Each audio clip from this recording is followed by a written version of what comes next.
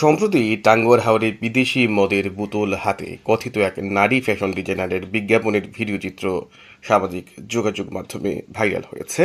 আর একটা গুরুত্বপূর্ণ বিষয় হচ্ছে হাওরের প্রাকৃতিক সম্পদ হিজল করচ গাছ নির্বিঘ্নে কাটছে দুষ্কৃতিকারীরা। সে নিয়ে আজকের এই ভিডিওর কথা। টাঙ্গুয়ার হাওর সুনামগঞ্জের অন্যতম পর্যটন স্পট, সম্পত্তির জায়গায় ভুক্ত রামসারভুক্ত একটি এলাকা। সেক্ষেত্রে টাঙ্গুয়ার হাওরকে নিয়ে বিভিন্ন ধরনের কথা বিভিন্ন সময় হয়ে আসছে। কিছুদিন আগে প্রশাসন কর্তৃক এখানে পর্যটনের নিষেধাজ্ঞা দেওয়া হয়।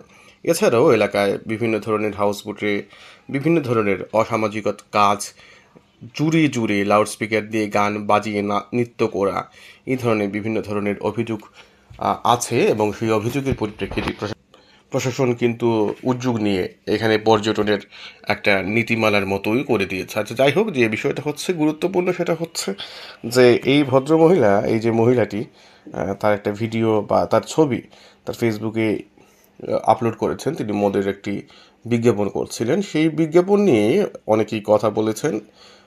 হাবিব সরোয়ার রাজা, তিনি দৈনিক যুগান্তরের স্টাফ রিপোর্টার, তিনি বুধবার 2 জুলাই একটি লেখা লিখেছেন। তারা লিখেছেন যে টাঙ্গুয়ার হাওর, ট্যাকেরঘাট, শিমুলবাগান, জাতুকাটা নদী, বারেকটিলায় কে বা কারা মাদক এবং অসামাজিক কর্মকাণ্ডের সাথে জড়িত তা জানতে চায় নেটিজেন সুশীল সমাজ, আলেমুল্লামা এবং সমাজের দায়িত্বশীলগণ এটার বিরুদ্ধে দাঁড়িয়েছেন। সেটাই বলছেন তিনি। টুরিস্ট পুলিশ, জেলা পুলিশ, তাহিরপুর থানা, ট্যাকেরঘাট পুলিশ সহ সকলকে এই ধরনের অসামাজিক কাজের বিরুদ্ধে অ্যাকশন নেওয়ার জন্য আহ্বান জানান। আর সবচেয়ে গুরুত্বপূর্ণ যে বিষয়টা হচ্ছে এই যে গাছ, হিজল গাছ, করচ গাছ, সেগুলো হাওর অঞ্চলের অত্যন্ত গুরুত্বপূর্ণ সম্পদ। হিজল গাছ সাধারণত 8 থেকে 12 বছরের মধ্যে বড় হয়ে যায়।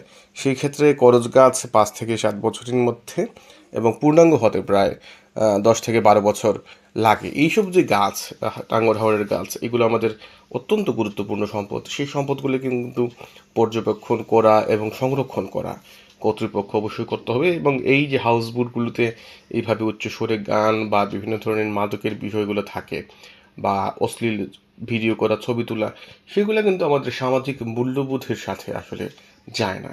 সেই ক্ষেত্রে আমাদের এই ভিডিও করার মূল উদ্দেশ্য হচ্ছে যে কর্তৃপক্ষ প্রকৃতি রক্ষায়, সমাজ রক্ষায়, সামাজিক মূল্যবোধের যে বিষয়টা থাকে সেই বিষয়টা নজর রেখে পর্যটন শিল্পকে বাঁচিয়ে রেখে সবচেয়ে আগে হাওরকে বাঁচাতে হবে। হাওরকে বাঁচিয়ে, হাওরের প্রাণী বৈচিত্র্যকে বাঁচিয়ে, সাথে সাথে পর্যটন শিল্পকে কিভাবে বাঁচাতে হবে সেই পথ কিন্তু এখন এসেছে, সময় এসেছে খুঁজে বের করার। সেটাই আশা করা যায় করা হবে।